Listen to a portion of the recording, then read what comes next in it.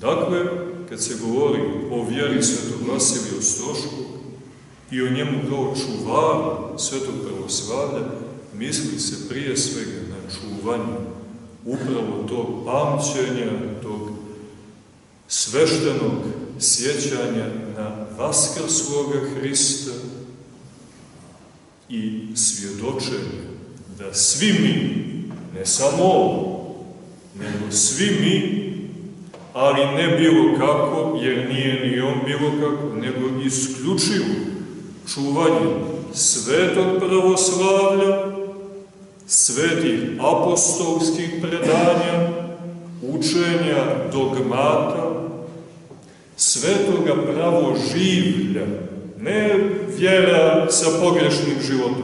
Takva vjera ne spasava, to nam sveti Vasilije poručuje. Ne možeš biti pravoslavan, a živjeti krivo. Niti imati krivu vjeru, a živjeti pravo. To je nemoguće. To je propovijed svetog Vasilija, nego prava vjera i pravi život, pravoslavlje kao pravo življe.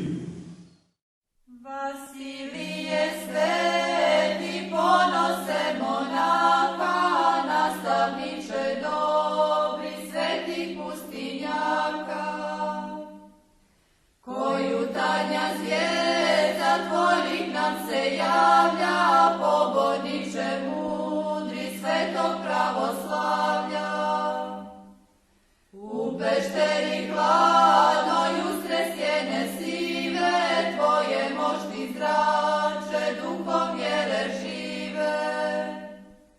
I sad kao negda u vremena stara, naše vjere svete koja čuda stvara. Blagovjerni narod stiže sa svih strana, pod Ostroške se grli svakog dana, da cijeliva tebe duhovnog pastira i napoji